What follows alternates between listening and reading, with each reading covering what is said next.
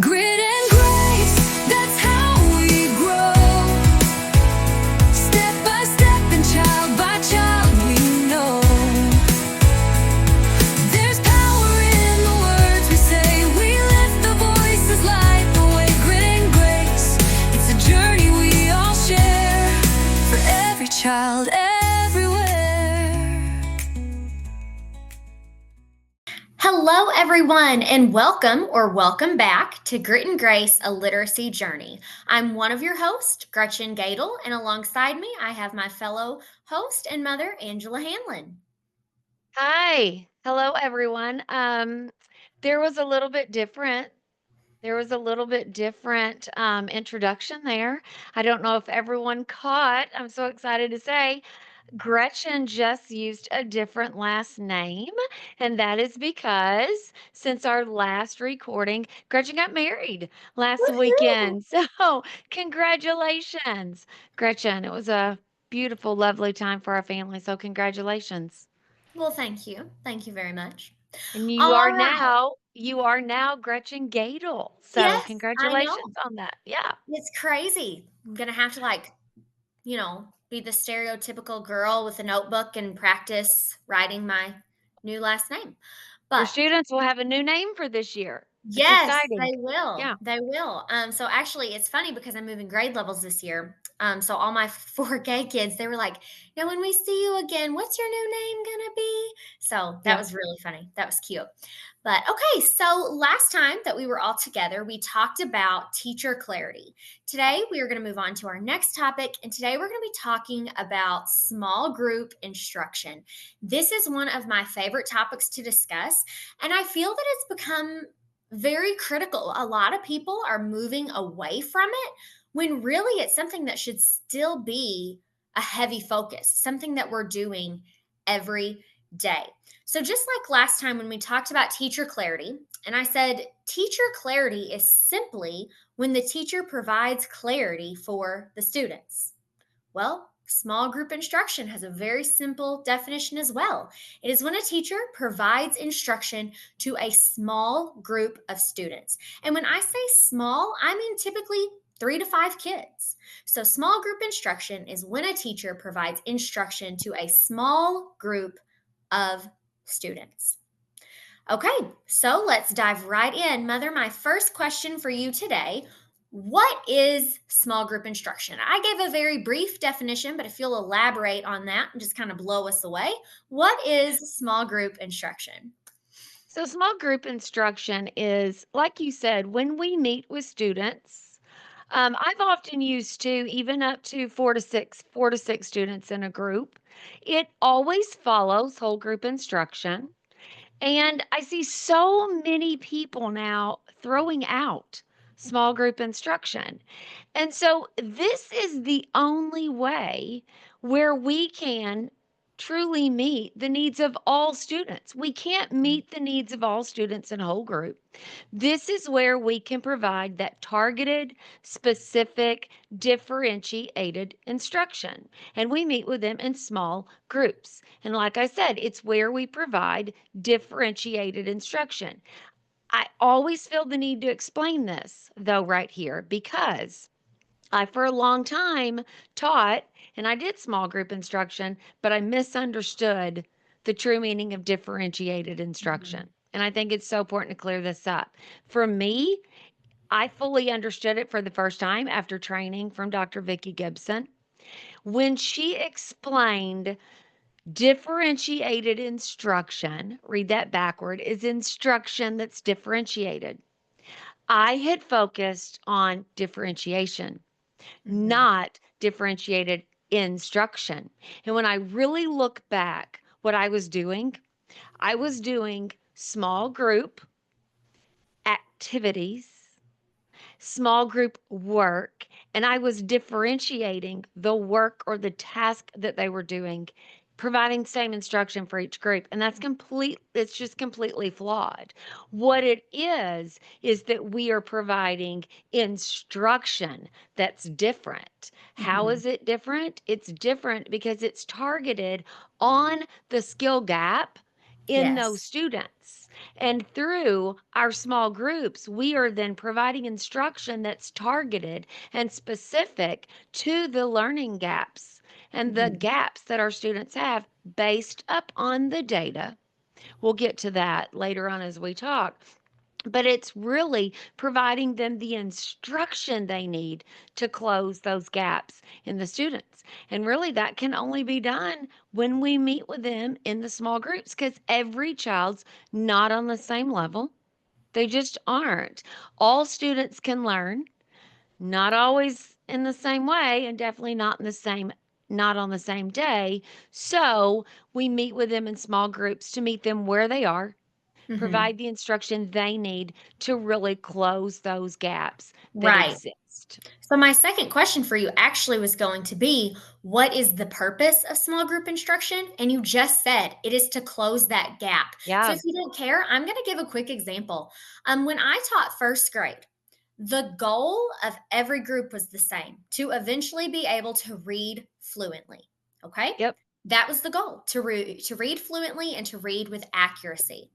That does not mean that I had every group of kids working on the same fluency passage or reading the same portion out of our, reading workbook. I had some kids, some groups that they were above grade level. So we went through, we did the text out of our workbook, and then I had harder, more challenging text that we went through together. Then my lowest group, it was okay, we're spending a lot of time. What sound do you hear at the beginning of this word? I'm going to give you some sounds orally. You're going to blend them together because that's where they were. That is how they were eventually going to become a fluent reader, is they needed more time working on those beginning foundational skills. So there are some days, I feel like especially the lower of a grade level that you teach, your kindergarten, your first, your second grade, your small groups are going to look vastly different from one another, and that's okay. Can be depending on the level because you're truly meeting the students where they are. And the Mhm. thing that's guiding that instruction that you're planning is the assessment data that you're collecting. You've got to have valid and reliable assessments, but you're using your progress monitoring data. You're using, if you've given a diagnostic Mhm. assessment or screening tool, you're using your benchmark screening assessments. You're using that looking at where they are. And like you Yes. said, if they're still stuck, letter sounds, blending, segmenting, phonemic awareness, phonics, that's the stuff. That's what you're giving them in Mhm. small group instruction. You, of course, are doing, and you're talking about your story and whole group. You're talking about all of those things in your whole group. But then when it's time to really drill down and get serious about closing their gap, it's exactly like the example that you just gave. Yeah. I just had a light bulb moment. Okay. I think I want a t-shirt that says small groups lead to smaller gaps. Oh, I like that. I like that. Haven't heard you say that before, but I like that. Like I said, light Definitely. bulb, it just came to me. That is how we close the gap. And that's Mhm. how we get everybody to grade level and, as we like to stress, and beyond grade Yes, level and absolutely. beyond grade level. Oh my gosh, another t-shirt idea to grade level and beyond. Yes. Um, okay, so quick recap. Small group instruction is when a teacher provides instruction to a small group of students. What is the purpose of small group instruction? Closing those gaps and meeting the needs of all students. All right, now, here's where some people get lost. How are small groups formed? Okay, so we look at that data. Not originally, but at the beginning of the year. Sorry, in the very beginning, not originally, in the very beginning, we take our beginning of year benchmark data.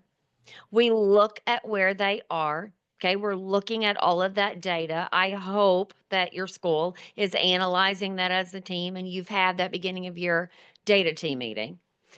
And so then in that meeting, you are grouping your students. Mhm.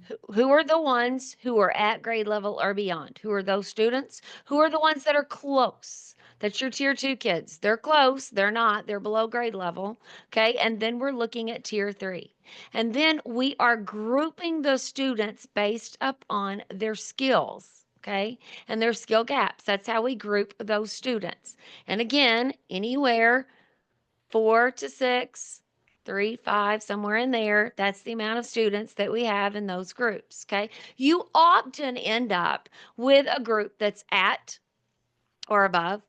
Then Mhm. you've got I normally found, especially in the beginning, when you're transitioning to truly structured literacy approach, you'll often only have a few kids that are there that are kind of at and can get beyond in the right there in the beginning, that Yes. are already at or beyond. Then you might have two groups that are kind of that tier 2. Some are a little higher, some are a little closer, some are really stuck between the red tier 3 in the middle of tier 2, and then you've got your low students that are well below. And I want to point out, they're not only that group of students, they're not only going to receive small group instruction from you, the classroom teacher, that's also the group of kids that will need to be pulled out for additional tier 3 time Mhm. in your RTI model.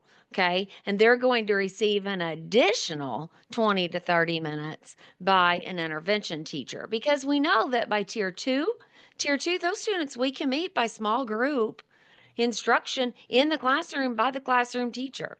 But we use our beginning of year benchmark data to identify our groups, and then we get started. Mhm. Now, we continue to monitor their data. We're looking weekly at their progress monitoring, or if they're a child that's being monitored every other week, we're looking at that to see, is our instruction working?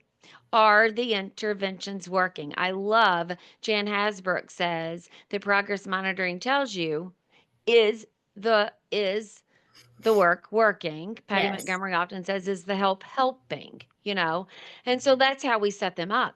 But then we use that progress monitoring data to see if those students need to move. Mhm. That's why we love a check-in meeting after 6 weeks of that progress monitoring to see, hey, do we need to shift our groups and do we need to move? Yes. And And so as a that's go ahead, Go sorry. ahead. No, Okay, go I was ahead. gonna say, that's one thing. It can simply be a sheet of notebook paper. It can be something, a little more detailed, but you need to keep track of how long you're meeting with each group, who is in that group, and then just a general summary of what you're doing with them. Yeah. And then Just if and you just brief yeah, notes there. I'm not talking brief. running records. I'm not No. talking about that. I'm just saying, I've got notes back there, notebook, Google Doc, however you want to do it. And I'm really kind of just making some notes about what I provided with these students. Mhm. And here's why that's so important. Yes. Then I go to that next data team meeting. And I've got what I've been doing with these students. And then we're Mhm. talking about, this is what I've done. Has it had an impact? Is it Yes. having an effect? And then what do I need? What's my response to data going to be? Because if you, as a teacher, have had more growth, then you can share, this is what I've been doing. Or if you're that teacher that's like, wait, I didn't get that much progress. What did you do in small group? Maybe that I didn't do, that maybe I can then tweak mine so that I can have more of an Absolutely. impact. And And really, you need some discussion in how are you going to group those students in that data team meeting. yes. I mean, you're getting feedback. You're talking as a team, as sitting there. How do I Mhm. see those students and where do they Um need to be?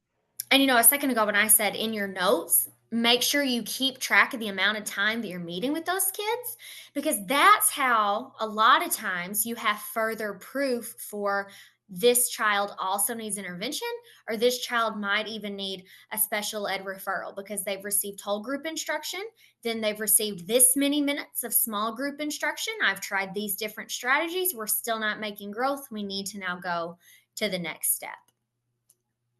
Yeah, and all that data that you're collecting, I mean, it's very important. Mhm. Um, oh, I'm sorry. I had a thought and it just left me. Left me for a moment. Okay. That's okay. All right. So now, what is the result of small group instruction? We know that, we want it to close the gaps. We want the data to positively reflect the work that we've been doing in small groups. But what is the true result? What is it that we're hoping for? Be as specific as you can for this, please. Well, first and foremost, we're wanting growth. We're wanting growth. We're wanting the students to move. We're wanting to develop better readers. The reading panel gives us the big five components in literacy, and we're wanting the students to strengthen all of those skills based upon the instruction that we're providing to them in our small groups. We're wanting growth. We're wanting the students to then start closing those skill gaps that they have and moving the needle, getting those students at or beyond grade level. Um, you know, I always like to bring in Hattie's effect size here too. So we know that just typical year's growth is zero point 0.4 on his effect size scale. When he breaks down in his effect size list, small group learning has an effect size of 0.49. I want to explain that a little bit. In that effect size, what he's talking about there. He says it is most effective when small group learning is, okay, are you ready? Three things: it's intentional, it's focused, and Mhm. it's structured. And what that means is it's not just, well, I've got students working in groups, but they're in small groups. No, this is teacher led. Teacher led small group at a teacher led small group table. I also want to bring out his effect size for response to intervention. RTI, I'm not just talking about the RTI model, but in that it's differentiated instruction based on need there. And when I'm talking about that, what that means is it's targeted, it's data driven. I'm providing data driven support through my instruction. It's delivered early, it's delivered systematically, and when it's done that way, it has a very strong impact and a very strong effect size. It's a 1.07. Mhm. So, I mean, with those effect sizes, I feel like we cannot not do this. If Right. we want to meet the needs of all of our students, we have to have small group instruction. So the way we structure this, okay, is we have our whole group instruction time anywhere from 30, 40, 45, 60 minutes in there, okay, never over 60. And then we have basically an hour then of small group instruction. Let's say I've got 20 kids. It's perfect four groups of 12 to 15 minutes in there. That's how I structure that. Okay. And then I've got a teaching table. And then I'm always asked, what are the other students doing? You're probably going to ask me that. I'm sure you'll bring that up in this. What are the other kids doing?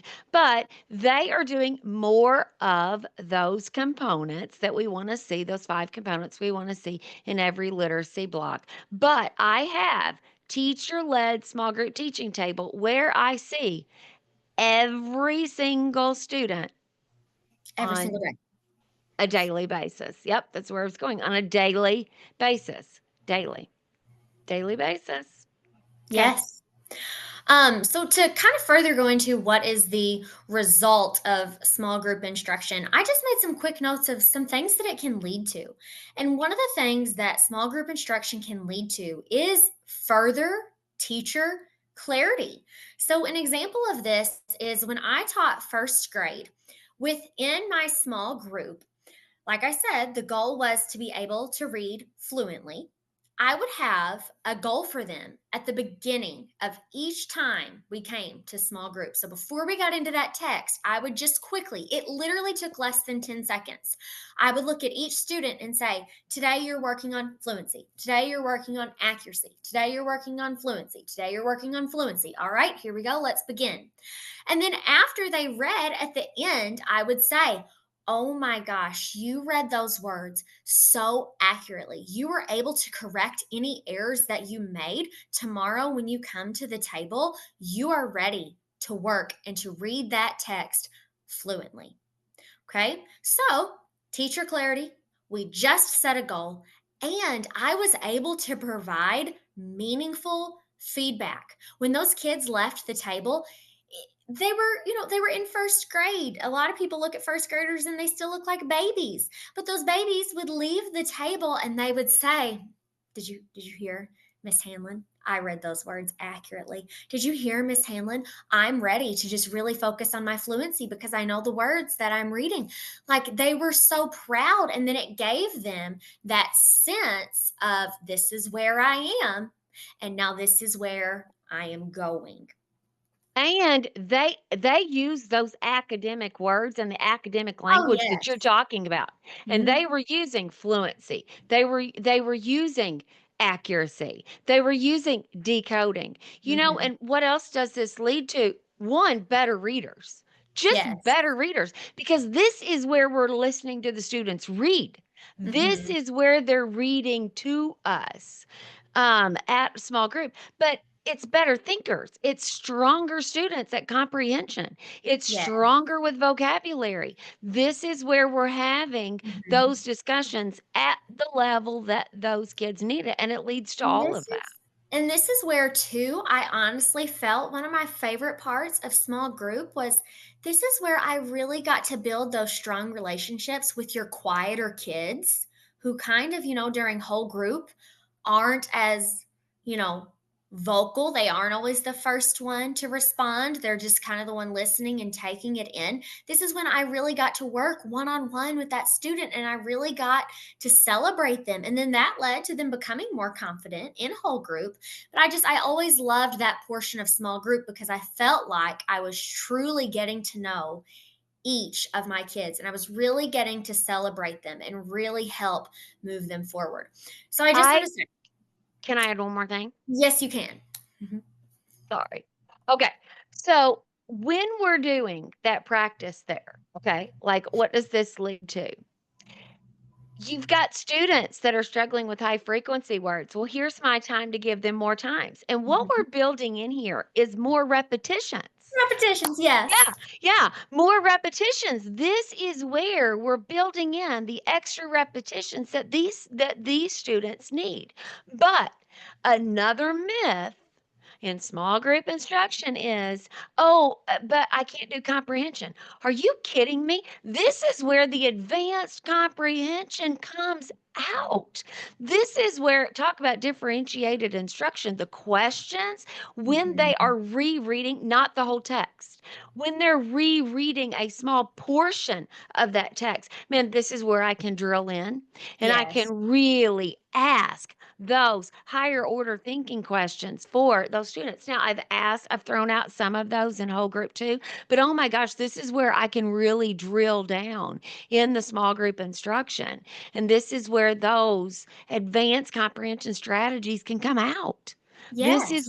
This is where the magic happens. I feel like whole group, we are covering all of those things, but I can't go to that deep, deep, deep level. Mhm. This is where I drill in and go deep in small group instruction Yes. because it's targeted, it's strategic.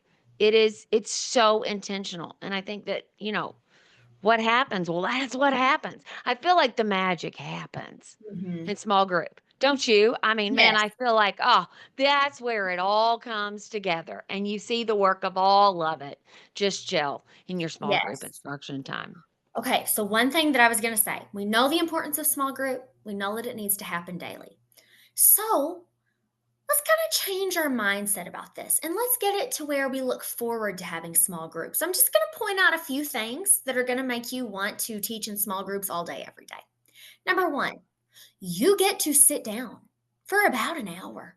That's incredible. If you teach young kids, that may be the only time in the whole day where you are actually getting to sit down. Okay. Another point. Okay. You're getting to sit down.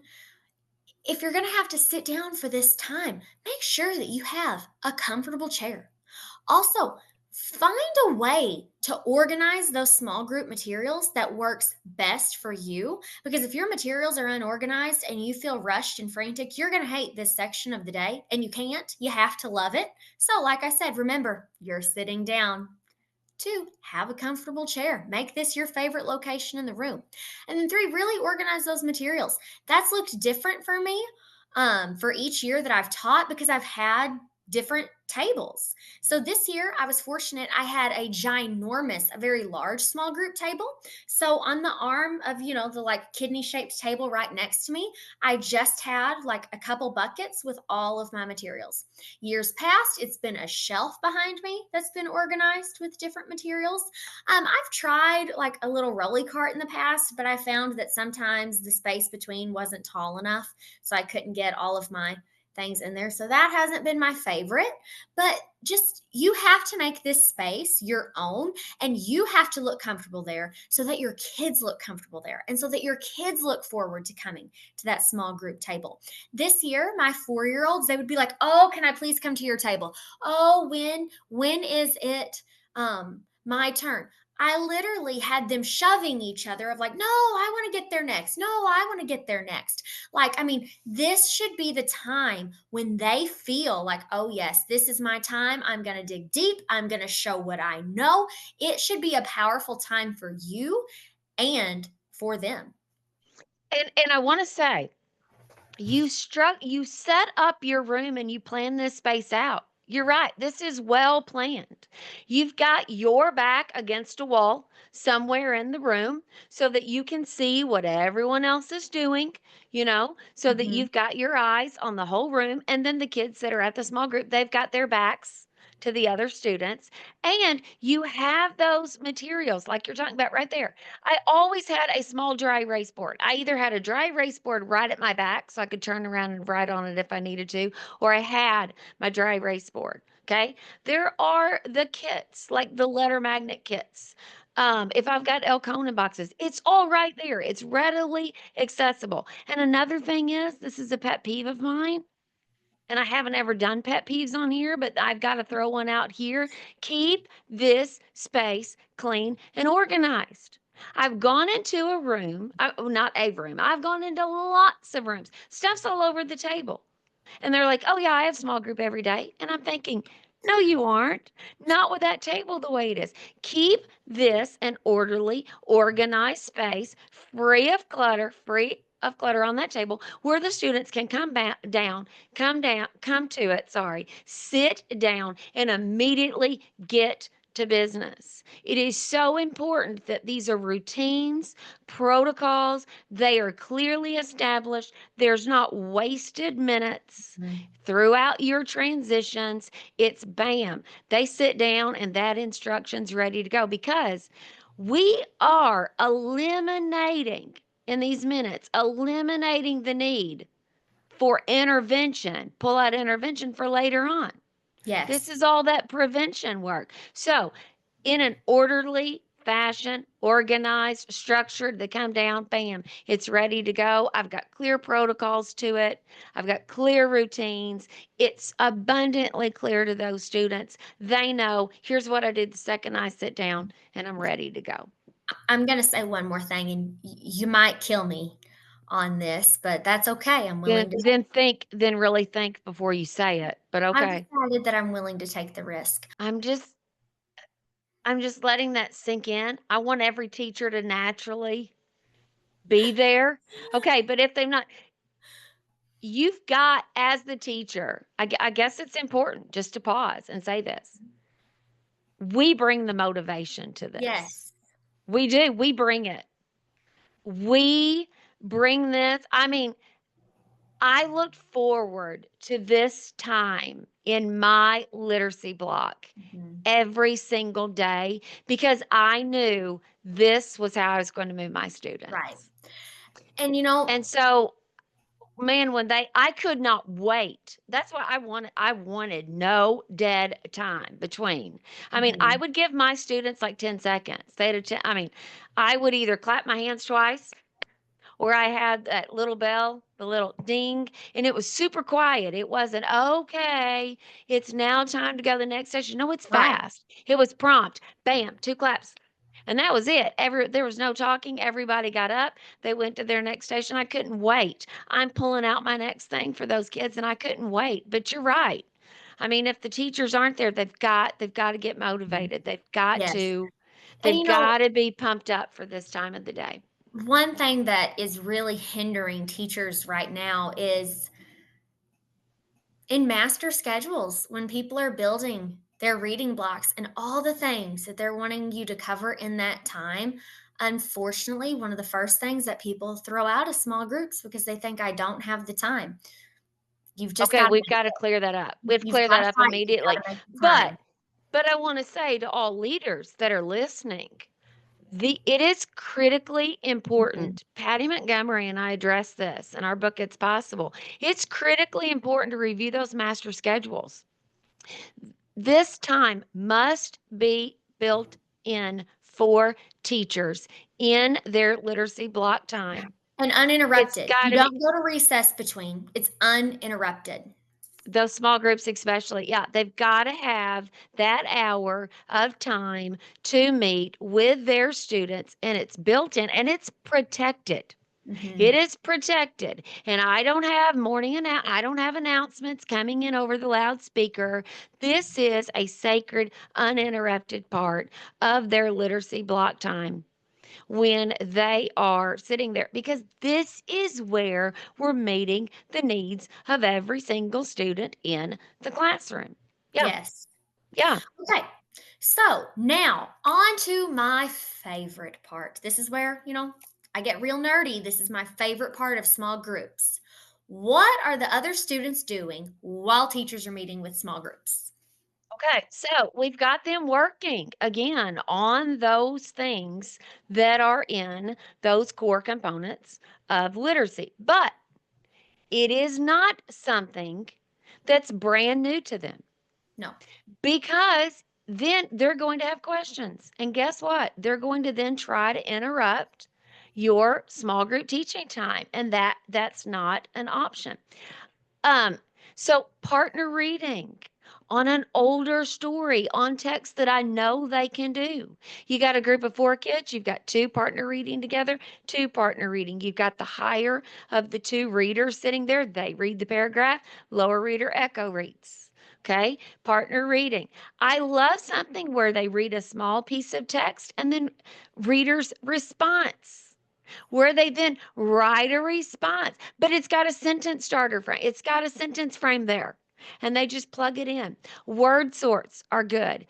Mhm. Vocab practice. I've got my explicit vocab instruction. Explicit vocab instruction in whole group. But then here, they can be practicing those words, practicing fitting them into sentences, doing something like a Frayer model. And again, I'm being very intentional and strategic. I'm planning things that I know are evidence based. Okay. I'm not just doing something that, well, it's a worksheet. No, I'm looking at things. And two, I'm looking at things that can be done consistently here all the time. A Frere model, I can use that with every single week. All I'm doing is changing out the vocab words. I think that people look at small group instruction and they look at it as I did in the beginning when it was so wrong. And I was coming up with different activities for the kids to do every single day. Well, if I Mhm. had 4 groups and 4 groups of 4, I was coming up with 16, 20 different things for them to do every single day. No, when you end up doing this strategically and when it's based on data, you actually will do less, but you'll Yes. do it better. Right. You'll do the same types of things at these stations. And that's where the routines come in. And the students then will get so good at what they'll do. They'll get so good at doing that prayer model, having that word, writing down the word. I like then right after writing it, I have then drawn in the blanks on that prayer model where they break it down to the syllables. Then, what is that student friendly definition? Okay. Mhm. And I love too, I've got good examples and non examples of that work hanging there that they can see. They've got a rubric of what this will look like. It's already hanging there for them to see. But, and we'll get here in a minute, I've pre-taught the expectations at this group, what this is going to look like. But I love that read a little text, and then I've got a discussion question there where they're talking about it as a group, okay? And then student response. And I've got that sentence stem there to get them started. All right. Yes. Then prayer model. And then I've got an example and non example of what that should look like, what it shouldn't look like. Okay.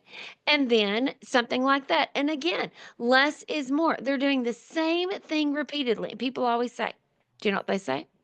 They'll get tired of that. No, No. they won't, because they get better at it. It builds their confidence. They get smarter and they get to where they know they're getting better at this all the time. Again, something such as word sorts, Mhm. where I'm going through, I love the information from Deb Glazer on word sorts. And if you've done her program, Top 10 Tools, it's some of the things that she talks about. Some of those things that you can be doing at small group. That's now owned by 95% group. So I hope teachers, that's one great program that teachers can really learn about the science of reading in Top 10 Tools. But she talks about those activities that they stay the same, Yes. okay, with each story. And then they go through that. You can have a little bit of spelling work there, but Mhm. this is not where I'm giving them busy work. That no, No. that's not intentional, that's not strategic, and it's not, oh, well, I'm just going to put them on a computer. That will be one station computer. What are they doing there? I'm not Right. just letting them get on Epic and read. What am I doing there? What is it that it's got to be focused? It's got to be strategic. What is it that they need? Okay. If you've got a program such as Super Kids, you've got already built in things that you've done in whole group. You've gotten them started, and then they finish that as their guided practice or group work there. Okay. You've already done half of it. In Super Kids, you've done anywhere two, three, four with them in your whole group, and then they finish that at small group. Now, I want to point out here when you're setting up this structure, there are a lot of classrooms where you have a classroom para, especially in K2. That can be like two teaching tables. Something Yes. where it's been independent practice, it no longer has to be independent practice. You've got a para anchored at that. So they've got that teaching table with the teacher, but then I've got a para floating, okay, or they're at that table and then they're giving those students immediate feedback on what it is that they're Mhm. doing. But some of your encoding work can happen here while those students are doing something, but it's not busy work. No. It No, can't be. it can't be. No. Do you want to talk about some of the things that you had? I mean, you always had incredible things at those small groups. So, one thing I always, always, always, because in Super Kids, we had a weekly spelling test when I taught first grade. So, I always had a spelling station. It was literally the same activity every day. It was the same activity every week, but the spelling words changed. So they knew exactly what to sit down and what to do. It was just the matter of they had new words. That was it. It was super simple. Another when I taught first grade, like I said, I used the Super Kids curriculum. And so they give you a list of activities to do that are meaningful and that are effective with what you've done in the whole group lesson that day.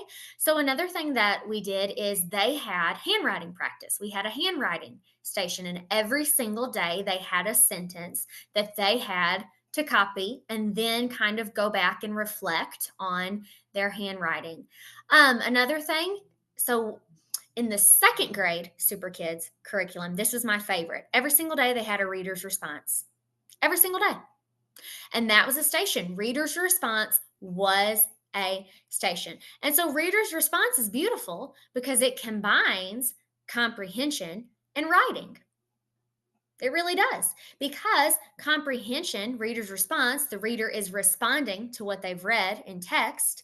And then writing, they're putting that thought into words. And it normally did have a sentence starter, a sentence stem that they then had to finish and express their thought. And that is something that, even though I no longer have that curriculum, I know you can do a reader's response with any curriculum, with any piece of text. So Exactly. that's something that this year in my fourth grade classroom, every single day, they will have a reader's response. It will be more than one or two sentences because they're older. They can, do more than that. It'll probably be a paragraph, but I'll have those transition words as part of the sentence stem, to really help them and get in the routine of just practicing really good writing. But that is one of my favorite things, the reader's response, because it does combine comprehension and writing. I plan on this year having a vocabulary center, with your Yes. prayer models. Vocab's so important. Yes, your Frayer models, and then really breaking down, looking at the word sorts, looking at a word. Okay, does this word have a prefix? Does it have a suffix? If so, what does that prefix or suffix mean? How does it affect the meaning of the word? So, a lot of morphology within your vocabulary. Yes, morphology is a great one. It's great too to have some Mhm. morphology work at these small group Yes. stations.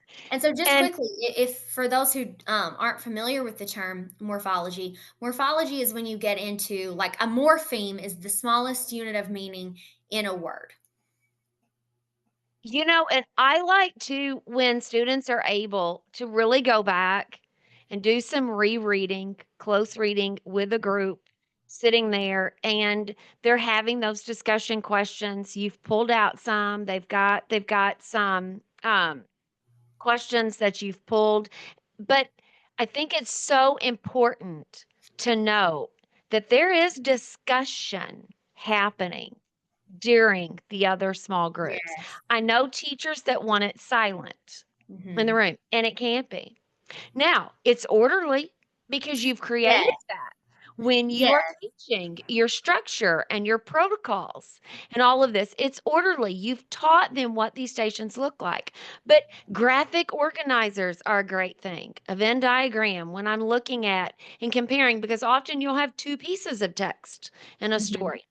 And again, it's something I might have gotten part of this started, and I've done a lot of the a lot of the discussion, the collaborative discussion in my whole group time. But then this is where they can follow up with some of that in Right. the And small so, group time. one of the things that you could do is you've read your whole group text, you've gone through it, you've really analyzed it, you've answered those harder level questions, and then providing them with a small piece of text and a Venn diagram. How are these two texts the same?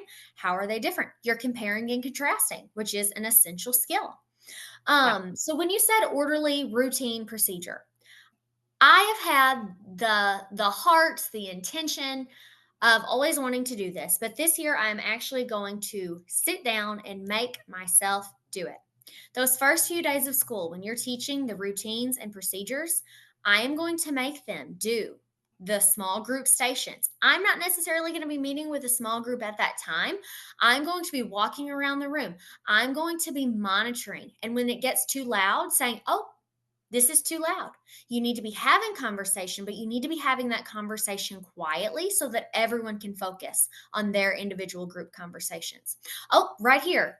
You're not paying attention. You're goofing off. We can't have that. That is not the behavior that I expect from you when we are in this time. So then that way, muscle memory, their bodies just get used to, okay, this is what it feels like to be in this center. This is what small group time feels like. This is what station time feels like. And then they can repeat that behavior day after day after day. But it does, especially if you have a group of kids where you know that behavior is an issue, you're really going to have to take the time to really drill in and be like, listen here, this is how you're going to behave.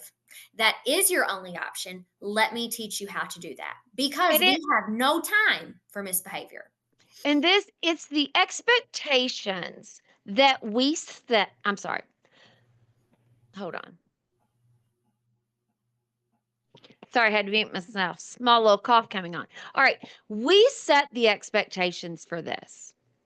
And we teach the kids that this is their time. This is for them to close the gaps in them. And when we set that expectation and then we model, model, model, model, model. I'm not done yet. Model, model, model, model, model.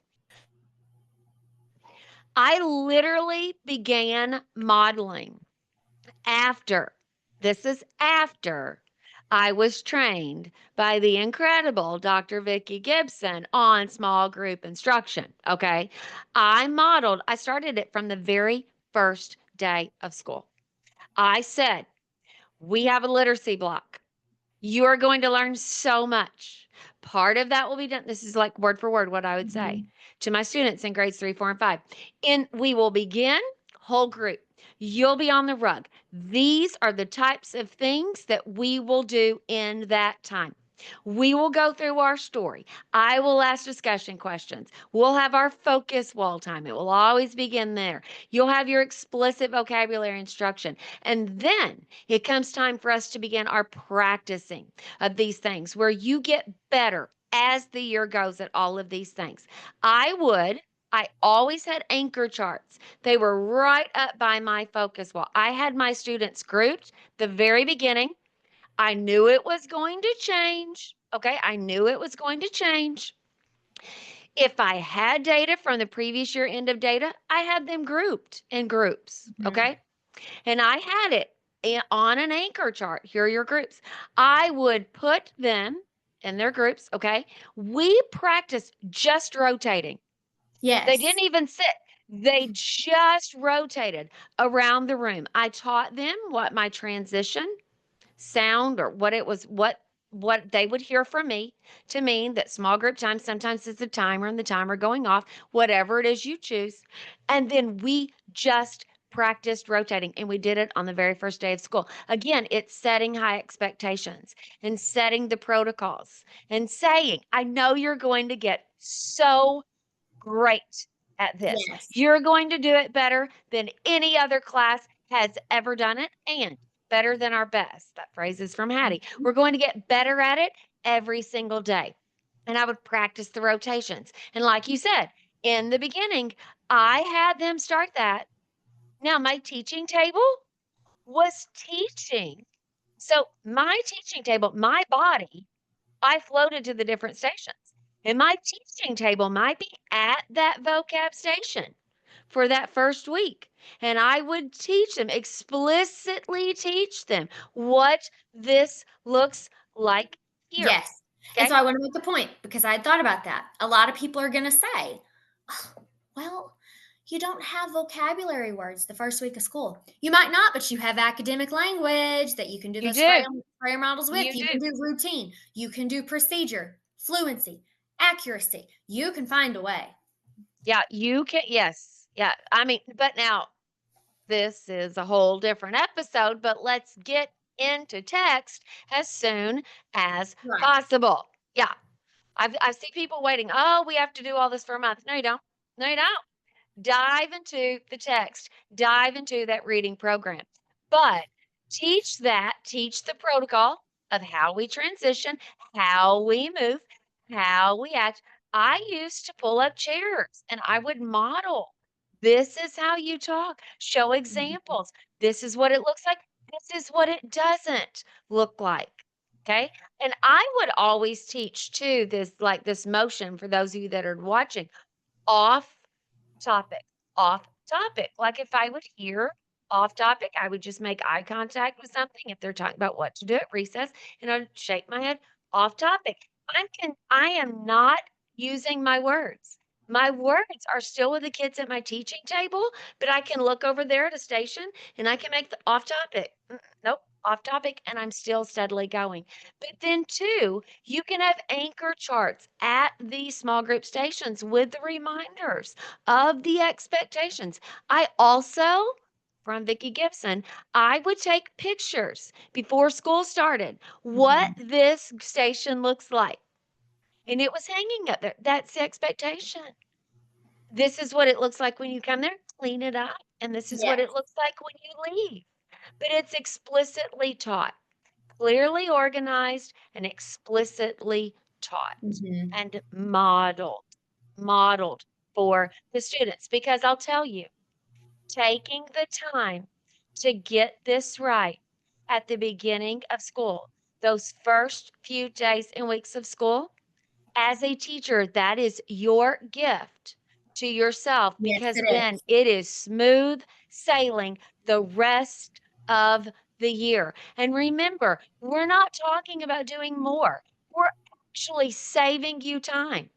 We're saving you time. We're saving you energy. Okay. You will do less, but you will cover, Accomplish more. you'll accomplish so much more and you'll get farther. Go slow so that you can go fast. Go Yes. slow in the beginning so that then it's smooth sailing the rest of the year. You are you're building that in your students, and then they will soar. Soar. Okay. I So should have I should have gotten an amen after that. I didn't. I'm sorry. Amen. Thank you. Carry on.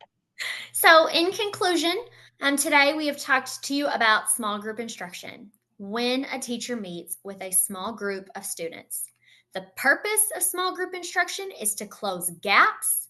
You're going to form your small groups based on the data that you have collected. And you're going to want to make sure you're going to take the time and you are going to have set stations. All the students will know what it is that they're supposed to do at each station, how it is accomplished, what it looks like, what it feels like. So, small groups, they are important. Small groups, we have to have them. Okay, I want to go over just some core principles before we close this out. Okay. All right. To all the listeners, our focus in this podcast is reaching every single learner. All means all. You've heard me, if you've listened to every episode, you've heard me say all means all, exclamation mark. Not all means all, comma, but this, but that. No, Mhm. all means all. Okay. We are basing our belief system on all learners can learn. It happens through differentiated instruction, okay? Because they come to us at different levels. Assessment drives the instruction. We use the assessment to make it differentiated. Our instructional groupings, they are flexible. They do not stay the same all year. As Dr. Jan Hasbrouck emphasizes, valid and reliable assessments are essential to identifying the student needs of our students. Okay. After each benchmark, your grouping is more than likely going to change. When you have those check in meetings based upon your progress monitoring, they are going to change. Just know that up front. It's no big deal. The students do not get upset when they change their groups because you've explained to them at the beginning of the year, I'm going to give all of you what you need. That's Mhm. my job. Instruction's going to look different. So they need to be based on skill based groupings in our tiers, skill based, not by labels, not by, oh, they're tier two, oh, they're tier three. No, it's skill based grouping. That is what helps us and allows our instruction then to be targeted and to be effective. Again, it's a non negotiable. I don't like that phrase really, non negotiable. I think it needs to be school wide expectation. I like that better, but I'm still saying it's non negotiable.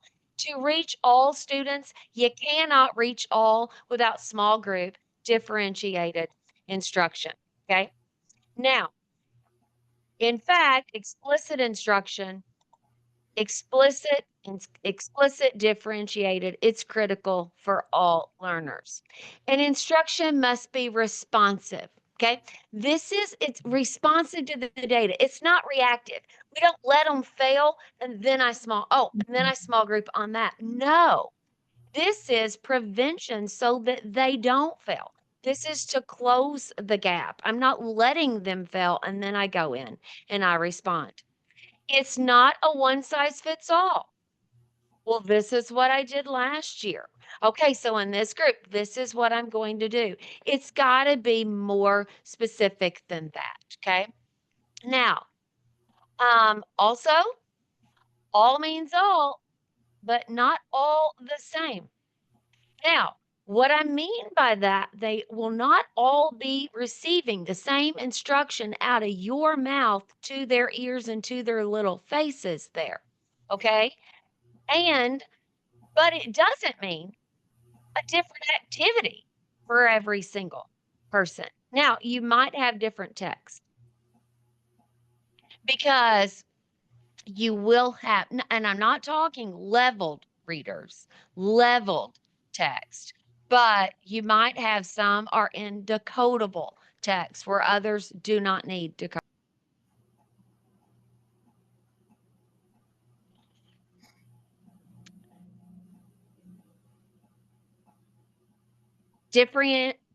Differentiated instruction. Just one more time. It's not about doing more. Okay. It's about doing what matters most for those who need it most, not more, most. It's about doing what matters most for these students, for those who need it most. With the right tools, with that mindset, every single student can move forward on their literacy journey. Every single one of them can be making progress.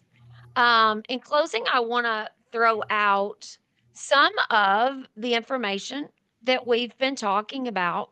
Where did it come from? Okay, well, I'm going all the way back to the research from Dr. Vicki Gibson on differentiated instruction. I'm pulling out a lot here from the book. If you've not heard of it, it's a fantastic resource.